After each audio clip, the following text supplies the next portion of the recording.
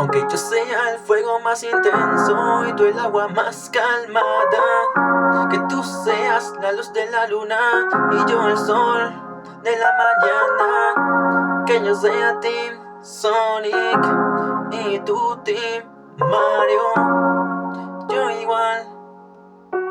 De todas formas te amo. Llevas en tu interior una gran pureza. Fuiste la pieza que completó mi rompecabezas, más valiosa que la propia Trifuerza. Soy tu héroe Link y tú mi princesa Zelda. Aunque tú seas popular y yo un antisocial, un plebeyo comparado con una reina sin igual. Pese a no ser tan apuesto, me diste la oportunidad de conocerte y más.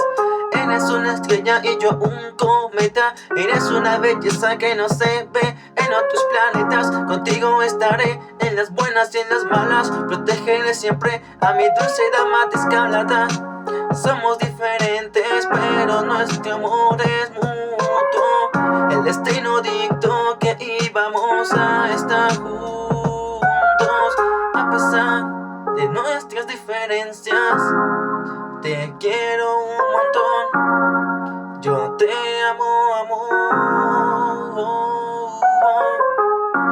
Nuestra historia literal parece de película por los opuestos, pero tú para mí eres única, la única mujer con quien puedo contar. Para ti siempre voy a estar. Me gusta Dragon Ball y a ti Naruto. Me gusta la pizza y a ti te gusta el hot dog. Me gustan los lobos y a ti los gatos, pero de alguna forma nos complementamos. Eres de las pocas que me han dado su cariño, la que logró sacarme del limbo, que no cayera profundamente en el vacío. Hallaste la salida para salir de mi laberinto.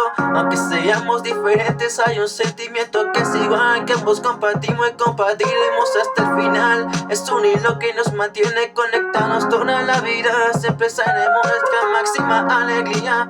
Somos diferentes, pero nuestro amor es mutuo. El destino dictó que íbamos a estar juntos.